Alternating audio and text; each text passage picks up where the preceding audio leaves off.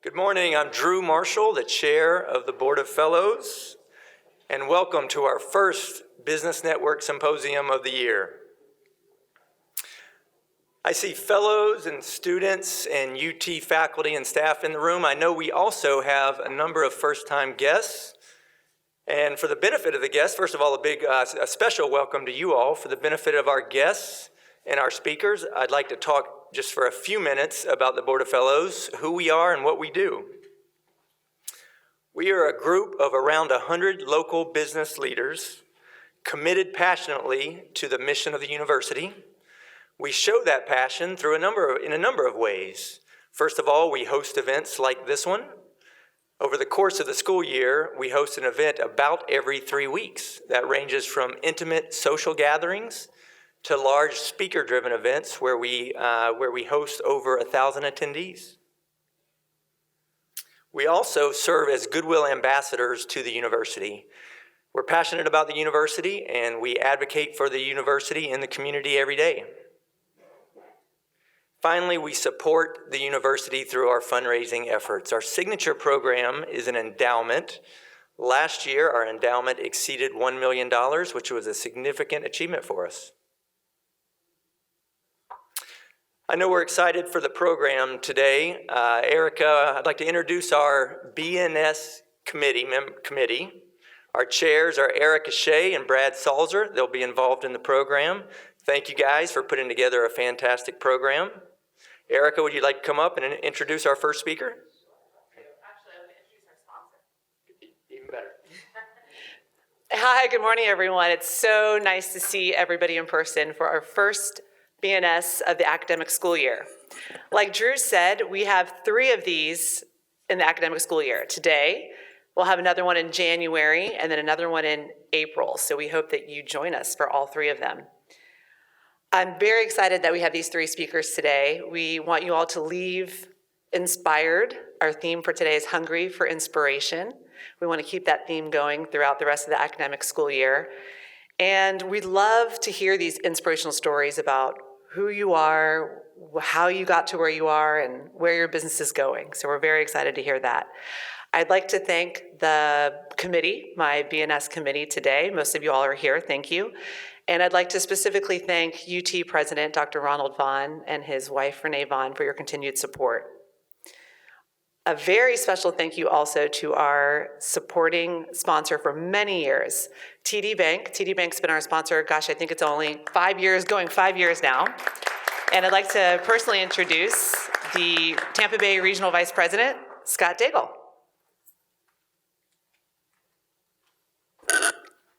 Well, good morning.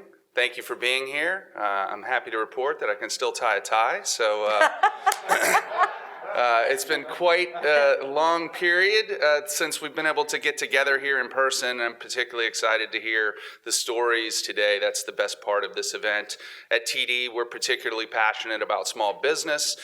We love entrepreneurs, and that's why we sponsor this event. We particularly are excited that we were recognized as the #1 SBA lender this year, and we are 3 of the last 4 years J.D. Power winners here in the Southeast United States for small business. So with that, I will turn it over to the program. Thanks for being here.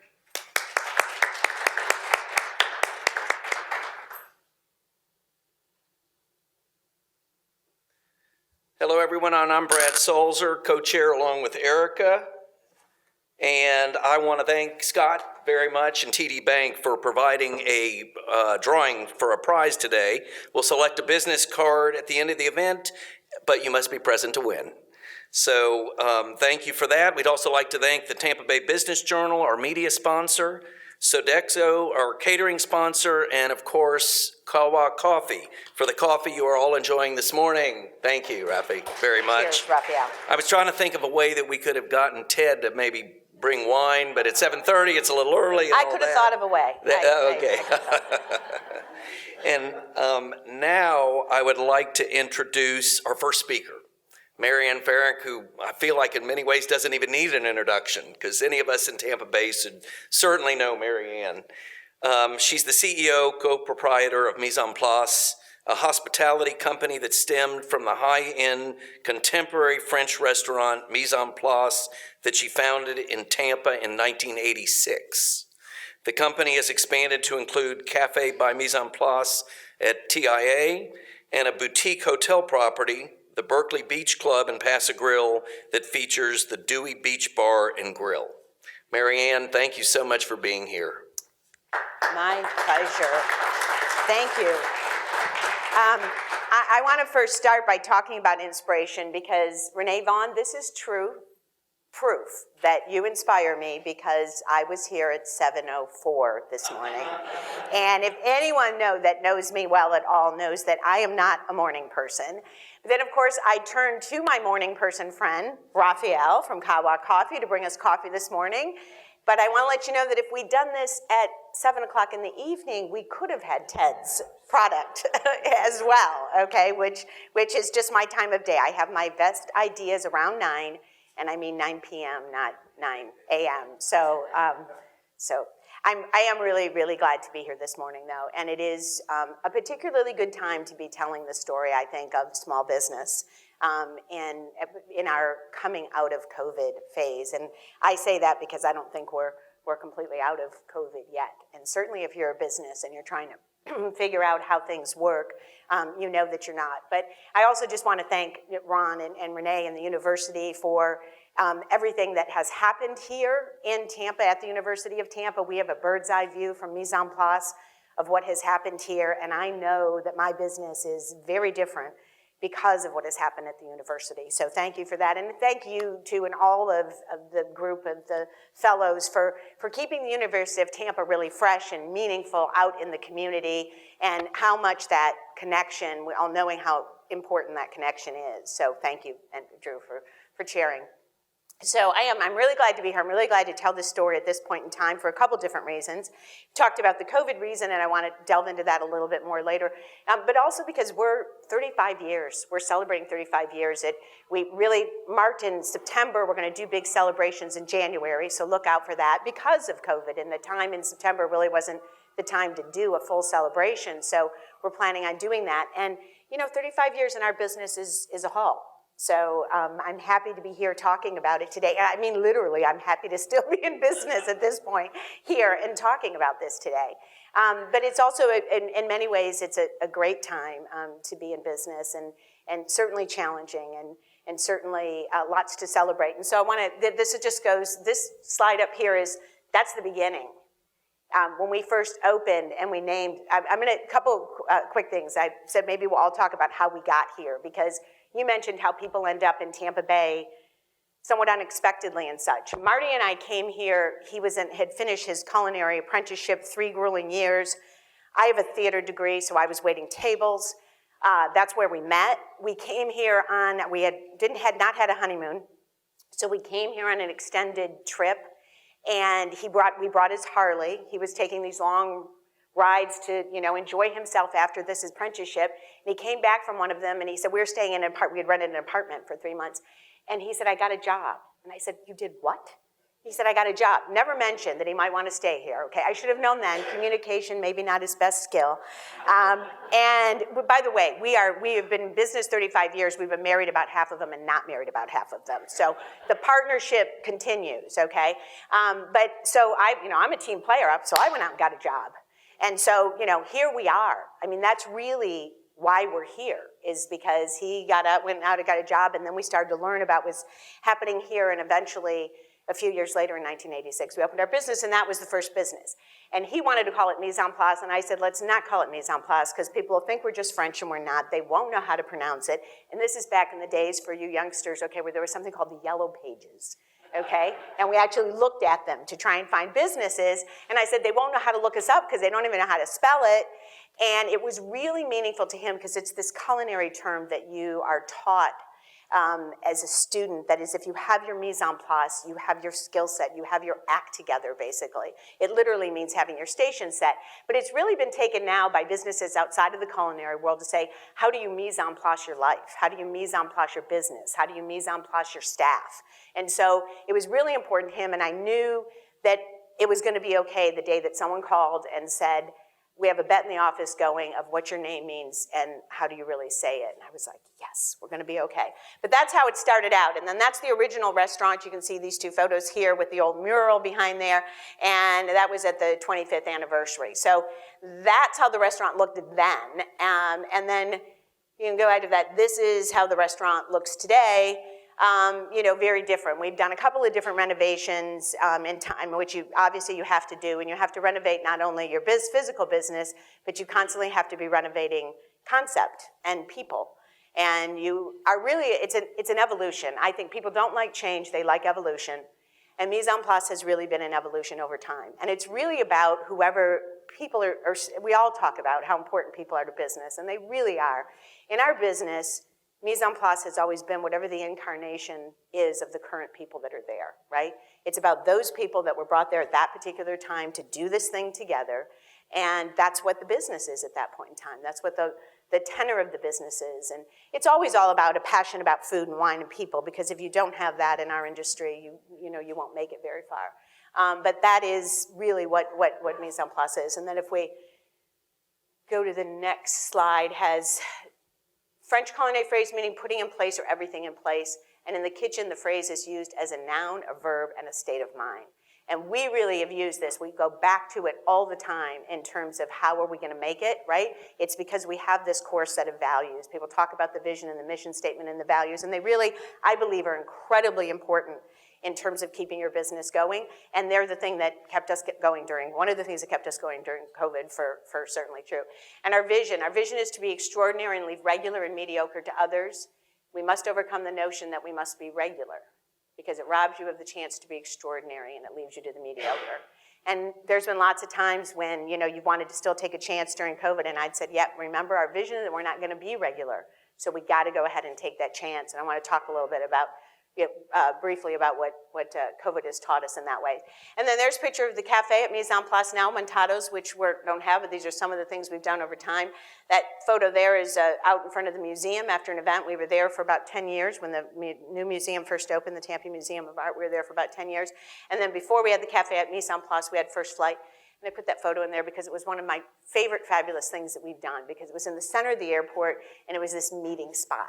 And I think that that's what our business is really all about, is it's a place for people to convene, and we've always been kind of a community restaurant because people come there to discuss good, bad, fabulous, not fabulous, celebrate good things and, more than things that aren't so good in their lives, and you gather together to do that. And I think that it's so important, and that's why this growth of bars and restaurants in our community is so important, because it makes a community more enlivened. The more places there are for people to gather, the better that a community is in my mind. So a while back when I was asked something about, when will we know that Tampa Bay is really going on? And I said, when we'd have more bars.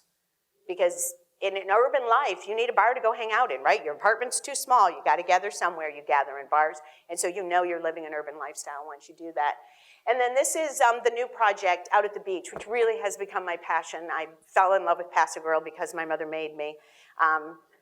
My mother made me do a lot of things. She is truly my inspiration. If you knew her, I am a reflection of her in a huge way. And so our vision there is to bring the world to our beach, with our love, our integrity, and our commitment to simple elegance in all of our hospitality experiences. And our mission is to serve, with a passion for service, to strive for excellence, with a deep humility, and to create a new vernacular for beach dining with a strong sense of place and time.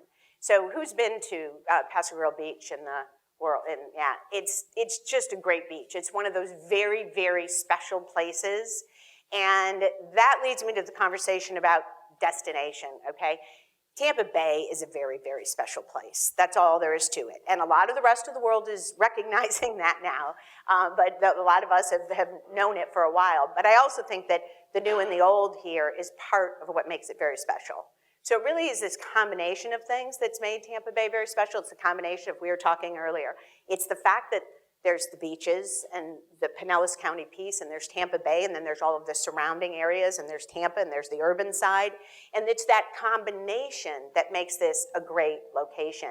It's the combination of people who have lived here for a long time, who were born and raised here, and grew up here, and then people that come recently and a long time ago from somewhere else, and together bring ideas together and find a path, right? And that's one of the reasons why I think Tampa Bay has such great potential. All of those things, but also that this has been a difficult time to find a common ground and path in the last few years in our world at large, right? Our nation, our communities, our state. And so the fact that Tampa Bay, in order to be great, is finding and weaving a path between old and new, between things that have been here forever and people that have just come, between brand new communities like, Water Street and Midtown to, and what we're doing out of the beach and bringing new eyes to that, to what has been here for a long time in Ybor, who is also, rising up. All of those things, I think, is one of those very special opportunities that we have to make our community great. And I think that it's something that we really need to just let happen, right? Just go with, because it is something that is a little bit different than what might be happening somewhere else. So a moment about, and I end on talking a little bit about COVID. I've been through 9/11 and 2007, 2008, and hurricanes that we thought might take down the business and all of that. And this has been the hardest thing that I've ever done. And there truly were days, and this is just for entrepreneurs. I so much admire the entrepreneurial spirit of this university and the entrepreneurial program that's here. And we always talk about small business and how we honor it. But sometimes we really don't, because we don't make policies and decisions that really support small entrepreneurial businesses, because they're very different than almost everything else in life. And it takes such courage and passion and desire to create something that keeps you out there as an entrepreneur. And we do need, I think, more support to that. And I think that one of the things that COVID taught me is that entrepreneurial spirit is what keeps you going every day. So you have to feed it, you have to keep it alive. And mostly I hope that we'll learn the right lessons from this. Because I think if we don't, I'll just use an example. We're taking the beach restaurant to sustainability. We're just food, if it's not local, in terms of fish and that kind of thing, all kinds of things are coming off the menu. Because if we don't learn those right lessons, then what did we do all this for, right? And so I think that is the critical thing for me that I hope that we'll learn out of all of this, and that there is opportunity out of it. And I think that it's certainly one of the things that it has shown. And I think it's one of the reasons why we're having a hard time in our hospitality industry finding staff, is the fact that entrepreneurial spirit in people that they found when they had time to reflect, et cetera, is making people go out and try other things. And young people are going out and trying something new as opposed to maybe following a path that they might have followed before. And I think our industry has to really reinvent ourselves. We absolutely have to reinvent ourselves, or we won't, again, have learned the lessons that we could learn and be our better selves after all of this. And we certainly want to be our better, best self after 35 years in business, and another 35 to go? No, I don't think so. So thank you very much for this time. I look forward to answering questions later on. And on to our next presenters.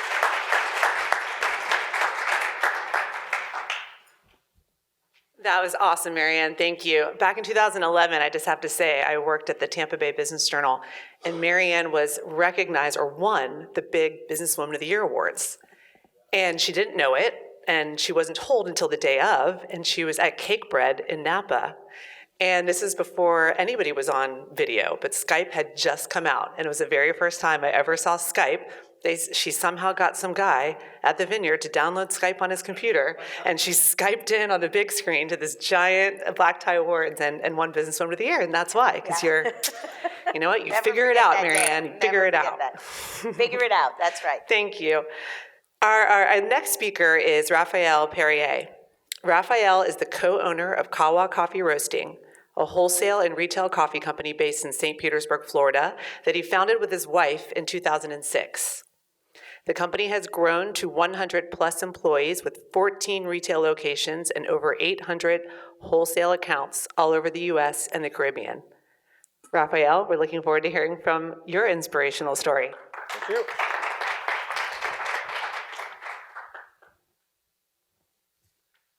Good morning, everybody. Thank you for having me. Very tough to follow Marianne. She's fantastic at speaking. I think one day she should maybe run for mayor. I think you should. We spoke about it, in Boston. I think, you need to, think about it. Quick background on Kahwa. I'm Rafael Perrier. I'm from France, little town in the Alps next to Italy and Switzerland. I came to America 26 years ago. Philadelphia, I studied in Temple University, graduated from there. And my first job, I didn't want to be in a corporate business, a corporate world if you want. So I became a barista. I went to work for a coffee shop right downtown Philadelphia. From the barista to managing the shop to going to the wholesale business, learning the roasting, all those things made me learn all the coffee business, both sides. The bar side, if you want cafe, and wholesale. After that, I got a little tired of it. I opened a bar nightclub downtown Philadelphia, the first bar nightclub in Philly. I had the bar nightclub for 3 years. I met my wife. We got married. We wanted to have kids. She told me enough with the bar, it's too much. I said, yeah, you're right. Sold it and moved to St. Pete. Why St. Pete? My wife was raised here, not born here, she's Canadian, but she was raised here in St. Pete. So we decided to come down, raise some kids, and started a coffee company called Kahwa Coffee. Kahwa, the name of it means coffee. It's Ethiopian for coffee. Anywhere in the world you say Kahwa, people say coffee, except in America. So we decided to say, why don't we call it Kahwa? And so it's called Coffee. It's kind of weird, but the idea of the company when we started was to do wholesale. So for 2 years we roasted coffee, bring beans from South America, Central America, mix all the coffees. One of the specific of Kahwa is that we do blends. A lot of other companies do single origin, we do blends, meaning that I compare it a lot with the wine. The French for many, many years scream, single grape. And then the Americans came on, which are now, I think, the best ones in the world. And they started mixing wine, mixing grapes. And you mix a grape and then you create an amazing wine. Same thing with the coffee. You take a Brazilian, you take a Colombian, you take a Mexican, you mix it together, it becomes amazing. So that's what we did, really. When we started 15 years ago, it wasn't much around, except the Starbucks and the Dunkin'. It was a company then also called Joffrey's that was around for retail.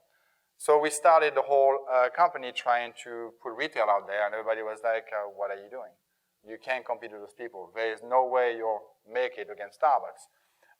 One funny thing is when we opened, grand opening of the company in 2006, we did a grand opening in St. Pete, which was our warehouse, 3,000 square feet, small little thing, invited everybody, nobody showed up, except one guy.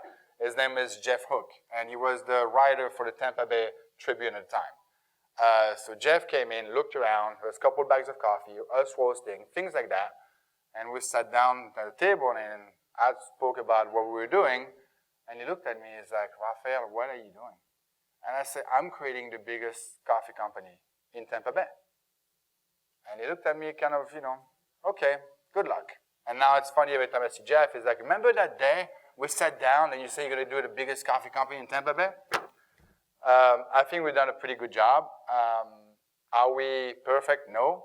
We've learned along the way. One thing that I learned in the business when we did Kahwa, I used to drive around. My wife was roasting the coffee. She was doing the books, which was not much book to do at the time.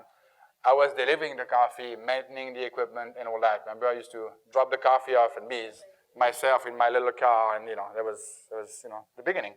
And I used to drive around a lot. That's what you do. You try to get business. You knock on doors. You try to get more and more business on the wholesale side. And I used to drive around, and I'd get to learn the whole area pretty well. And I drove by the Rays Stadium. And I was like, wouldn't it be cool to have Kahwa one day in the Rays Stadium? Drove by HSN. And I was like, my gosh, we could be on HSN one day. That'd be amazing. Drove by Publix everywhere and be like, oh, geez, if we can have Kahwa in Publix one day, it'd be amazing. And that's what I believe, in life and in business, you set up goals.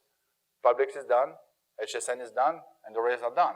So it's something that, you always try to push yourself and set up goals that seems impossible at the time, and now are just things that are common for us. One of the biggest challenges, again, was to compete with Starbucks. How do you compete with Starbucks, which is the big green monster, as we call it? Oops, sorry. One advantage we had is local. Starbucks is based out there in Seattle. We were in Tampa Bay. We pushed that local aspect. How do we do that? We supported a lot the community. When you create a company and you build something, the community supports you. When you can, and as soon as you can, you support the community back. That's what we believe as a company. We give back as much as we can. When we started the company, it wasn't so much financial support that we could do because you don't have as much money as you wish or you can. But you give back in every single fundraiser that you can. You provide an espresso bar. You donate anything that you can. That it's just product at a time, but it's what you give back. And that give back to the community was, I think, a big boost for us. Like Marianne said, we try to bring only local products in our shops. That's the idea behind the company. People supported us. A lot of restaurants helped us by bringing local coffee. We believe that now in our shop level, we can do the same thing to them. The future for Kahwa. I mentioned Publix. For us, the last 3 years have been kind of amazing and difficult because of COVID. We started working with Publix, which is, for us, one of the biggest companies in the area. We've been going at it for 3 years now. We put a pilot program together with Publix, which is the Publix Cafe, called now Pour. We now, 3 years later, have 97 coffee shops with Publix, including the one that just opened in the new Greenwise, the Pour Cafe. So 97 of the shops serve Kahwa coffee. Is it a big deal for a company like us? Yes. It's a pretty big deal. Do they want to do more? They want to grow about 1,800 shops, which is pretty fun for us. And it's going to be a lot of work, I guess. We talked about having 100 plus employees. One of our biggest challenges as a business owner, when you create your company, is to be able to delegate, to trust people. When you do everything yourself, it's easy. I do believe it's easy. When you have 100 plus employees that represent your brand, it's very difficult at first. I was lucky enough to have my wife as my partner, which, she runs the business. I don't really do much in it, but she actually taught me how to trust people and be able to let it go, if you want, to the point where you're able to do more by having a good team around. You cannot do anything in life without a good team around you. It's essential to, especially if you want to scale your business. You can run one shop, two shops. You can have a little company, as we say, but if you start going to the level that we're trying to be, you need to have that team around you. The future for us is, keep on growing. We're opening 1, 2, 3 shops, hopefully before the end of the year. Publix, like I say, is a big deal for us. The wholesale business, I didn't talk much about that. The idea of Kahwa is really the retail shop that we put out there, but more than half our business is wholesale. Restaurant, hotel, cafes. Mise en place was one of my goals when I started the company. Is how am I going to get mise en place? For me, for a company, I've been in the business for a long time. You always want to have those icon restaurants that, so I got the French restaurant in Epcot by Paul Bocuse, who was one of the patriarchs of the restaurant business in the world. I finally got that place, I think, 2 or 3 years after we started the company. And Paul Bocuse's restaurant was the same level for me that Mise en Place was here in Tampa. How do I get to Marianne? And I tried. And every single person that I knew, I'm like, do you know her? Can I access her? Can I send her an email? Can I do anything? Finally got the deal, and I was like, yes! I got someone. And then we built a relationship, and now we're friends, I'm thankful for that. But it gave us a lot of opportunities in a lot of restaurants in the whole area to be able to grow. I always said something, my grandmother always told me, I'll tell you who you are if you tell me who your friends are. And it's really who you surround yourself with that define who you are as a person. You want to give back, you want to help, you want to do anything you can to grow your business, yes, but I think it's also a matter of being recognized as a good person, as someone that can do good in general, and it's not always about business. It's there's more behind it. One quick thing about that pandemic that we're talking about that happened, it was scary. It was, I think, one of the scariest moments that we all had in the business. When your wholesale business goes to plus millions to zero in one day, it's pretty scary. The lucky thing we had is we had the retail, which we pivoted pretty quick. The to-go, the pickup, the drive-thrus we had was a big advantage. We had to launch on Amazon in less than 4 days. which was pretty impressive to do. We launched the pickup, the ordering, the pre-ordering in less than 2 days with a company called Odeco. So it was very challenging. I think we got lucky to live it, because if we survive that pandemic, I think we can survive anything. And I think the future is bright for the area. Tampa Bay is fantastic. I love it here. I'm French, but I love the U.S., and that's what, that's where my home is. That's where my kids are. That's where the whole company is. And thank you for having us.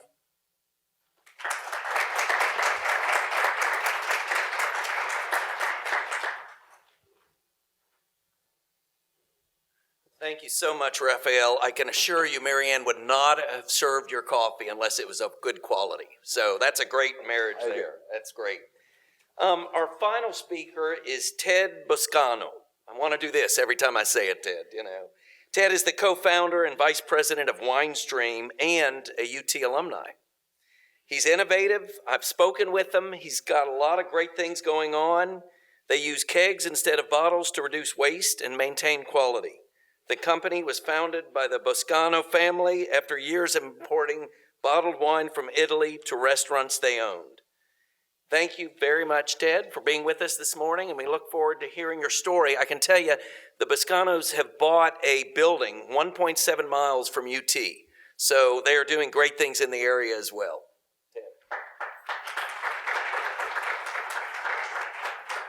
Good morning, guys. Can you hear me? First of all, thank you to the Board of Fellows, having me here. It's an honor for me to be able to speak here this morning. Like he said, Brad said, I'm an alumni here. So, as I was walking these halls, I dreamed of being, an accomplished entrepreneur that would be able to get back to my school and kind of, speak and inspire other people. This morning, I really just want to get across a glimpse of inspiration through my family business and my family's struggles here in Tampa. And so hopefully I'm able to convey that message this morning. I'm going to talk, about WineStream, but I could talk your ears off about WineStream. So I'm going to try to give you a little bit of our history, as a family history of what we've gone through, and then lead to WineStream and what we're doing and what's ahead. So before I start the video that I have here for you guys, my family moved from Italy 16 years ago to Tampa. Why Tampa? I mean, sun, beach, small town, it was perfect. We came from Naples, which is a big city, very much like New York City, a lot of movement, a lot of things going on, and my parents wanted a place that was a little bit more quieter that could raise a family of 6. And so, Tampa is a very special place for us because they did open up their arms to my family. With that said, we had plenty of struggles. Our business kind of history is definitely one that came with a lot of adversities. Coming from Europe directly to here, we wanted to bring some local boutique experiences to Tampa, but when we were trying to do that, the community was not necessarily ready for that. Florida is, I think, kind of a tough place to really get started with a new concept, and so it took a little bit for us to get going. We've opened up a couple restaurants. We've had some Italian restaurants, boutique restaurants that didn't really work, and the reason why I'm telling you this is because a lot of people see the success of entrepreneurs at the top, because you really don't get to do these type of things unless you've made it somewhere. But it's very important to stay true to where you've come from. And that's why, I'm giving you these examples and I'm telling you these stories, is because it's not easy, by any means, to get to where we are today or to where these guys are at. I mean, it's a tough road. And I want people to know that even though it's tough, you just have to put your head down and keep going. One of the things my father taught me early on was, enjoy the journey. It's not necessarily where you're going. A lot of times we get caught up in, it's going to be I want to open up, $1 million business, or I want to make $100 million, or I want to be nationwide, and this and that. And those are great goals to have, so you have a roadmap to get there. However, the biggest thing, I think, it's the journey, and that's really what's really helped my family to get to where we're at. Is remember where we started. Remember when we opened up a restaurant and nobody was coming in, and we had to close it down, and how tough that was. We also opened up the wine distribution company, which did pretty well, but in the wine world, it's very tough to compete with giants such as Southern Wine and Spirits, National Republic. These companies are billion-dollar companies. They're nationwide. So you can imagine a small Italian family business trying to make it, fighting day by day to get a spot in these restaurants and hotels and bars. So in 2014, the law changed in the United States where you could put wine in a bigger container than 3 liters. So wine on tap is new to the US, but very much old in Italy. We've been doing wine on tap in Italy for a very long time.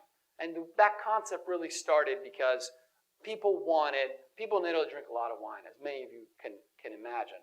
And so they wanted an affordable way to drink good quality product.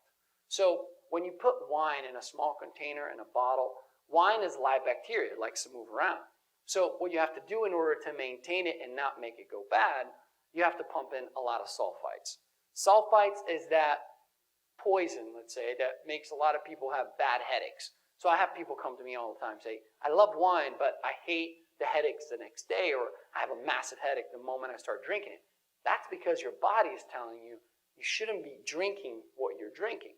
However, wine is great, and it's a great drink to have. So we've managed to be able to bring quality and healthiness, if we can say, to the public. So I'm going to show you a video here really quick that's coming up to kind of get started with WineStream, and then we'll talk through our progress.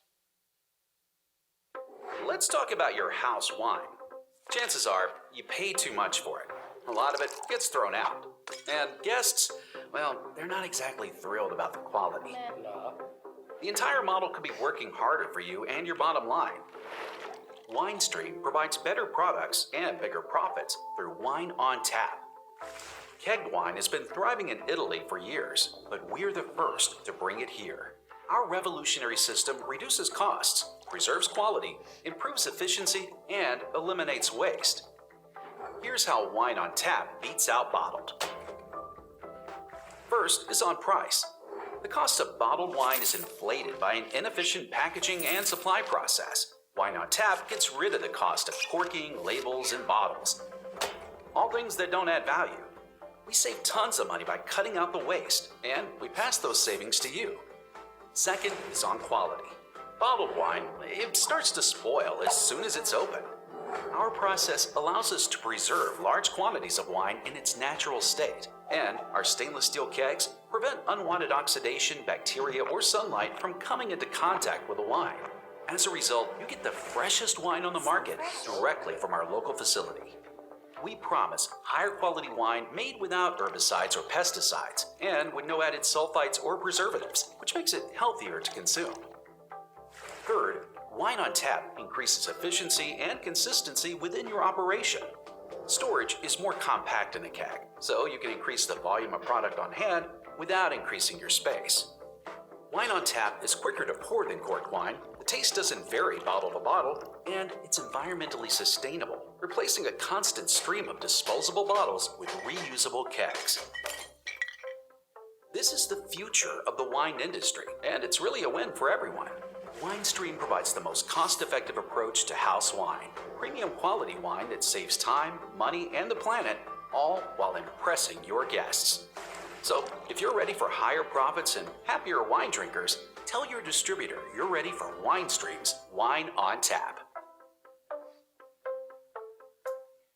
All right, so I'm pretty much done. That's everything. It's that was not a cheap video, by the way. I mean, it was very expensive, but beautiful, very well done. So, again, our what my dad really figured out was that through the adversities of opening up a restaurant and closing a restaurant and then working in the wine distribution company, he was able to see a 3D or 360-degree view of the hospitality industry in the wine sector specifically.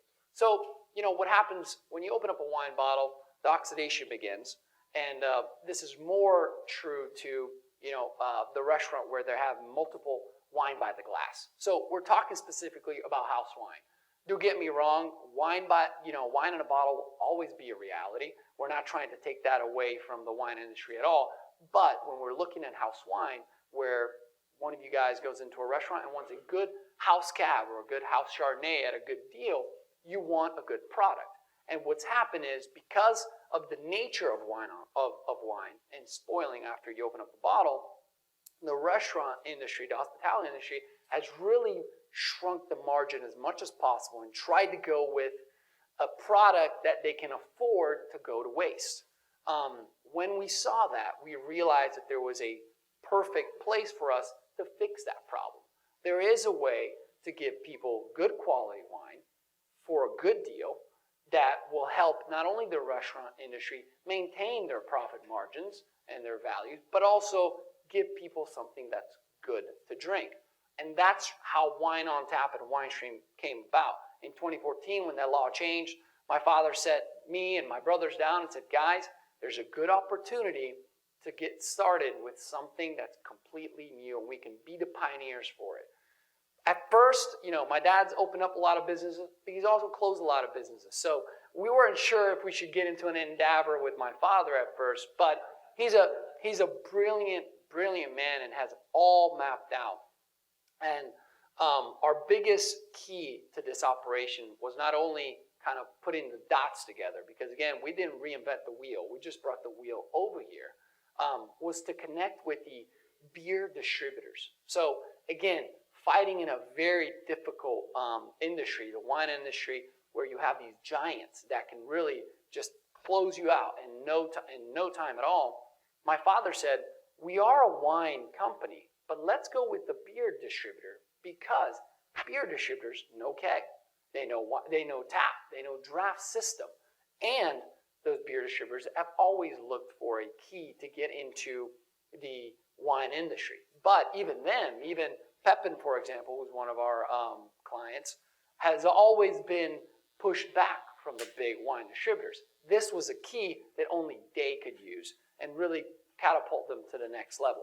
And so we've managed to close over 15 distributors in the state of Florida and outside. So we covered Florida all the way up to North Carolina, Tennessee, where I'll be going in a couple days to close that deal over there in Knoxville. And we've really gained a lot of popularity because our product is good and it just makes sense.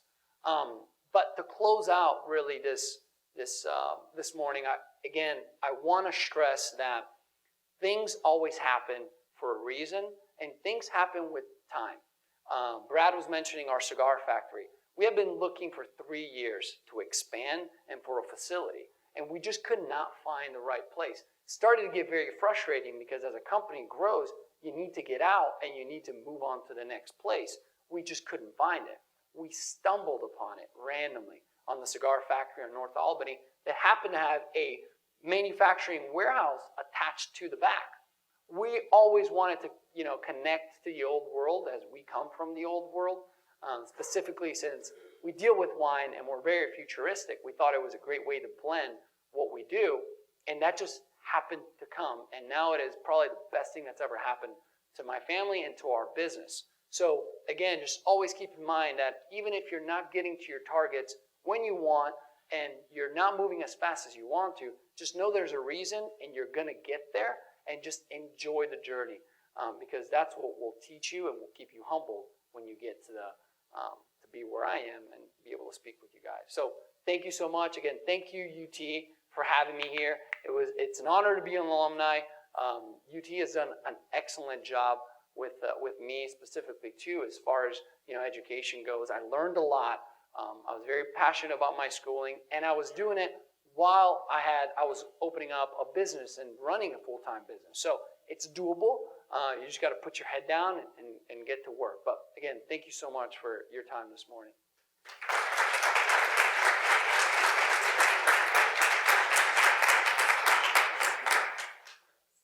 Wow, thank you so much, Ted. That was great. I'm now going to open it up to questions for our speakers. So if you have a question, raise your hand and someone will come over with a hand mic. Right back here. These lovely ladies over here will help you out. He's back there. Raise your hand again, sir.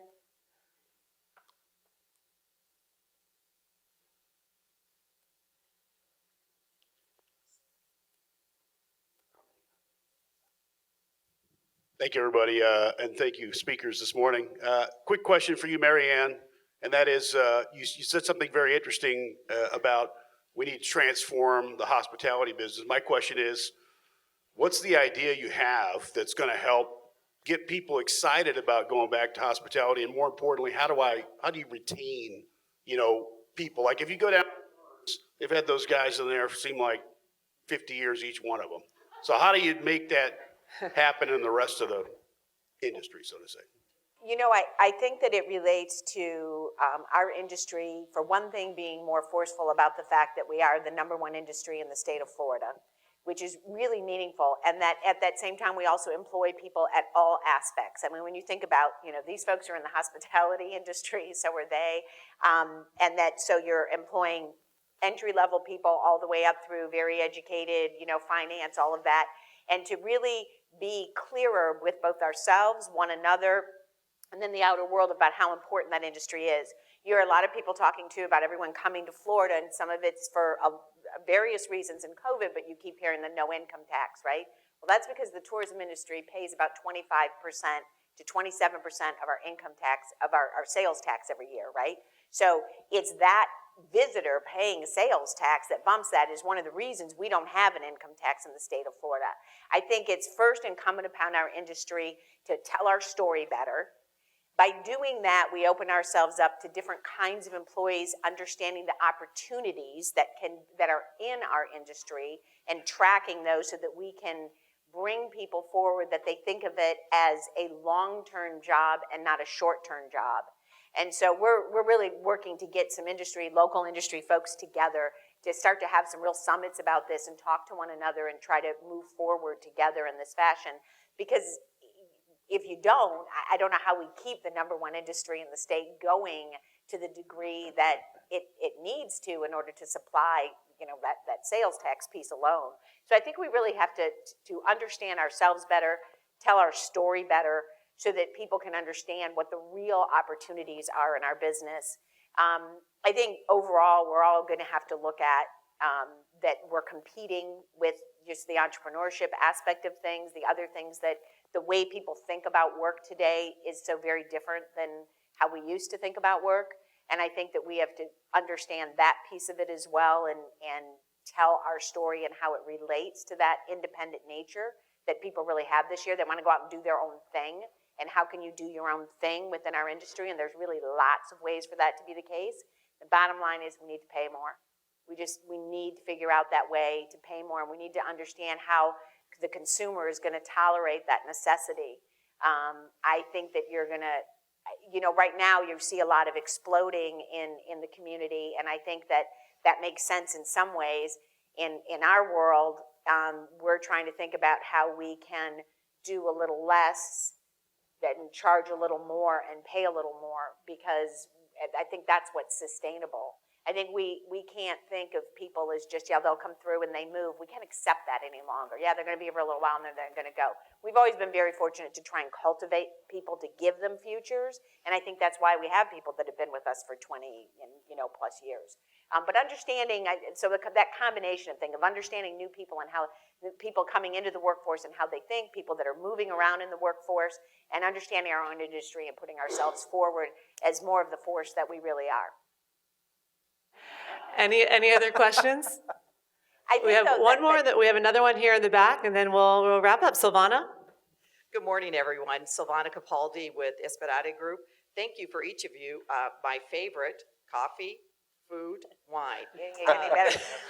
The question to you, Ted, is, my parents coming from Italy used to make their own wine, the old grape press. is your process here? Do you bring the grapes in? What is your process in making that wine? And then also, are we have beer kegerators. Do you have wine kegerators that can be delivered to the home? Yeah, absolutely. So the way we structure it, of course, here in Florida, you can't grow good grapes.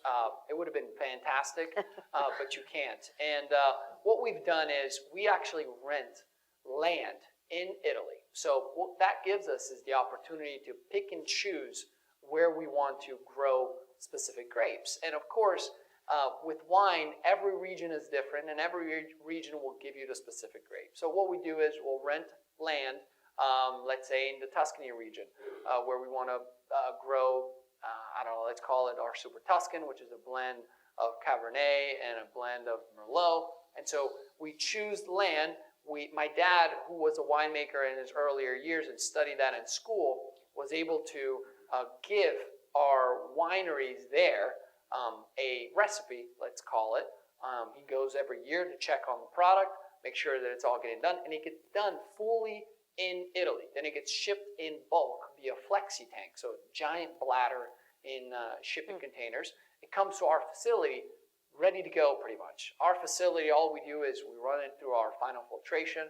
I run analysis to make sure the wine is stable and always good, and then we run it through our kegs. So that's kind of how we do that situation. As far as the other question was the kegerator, yes.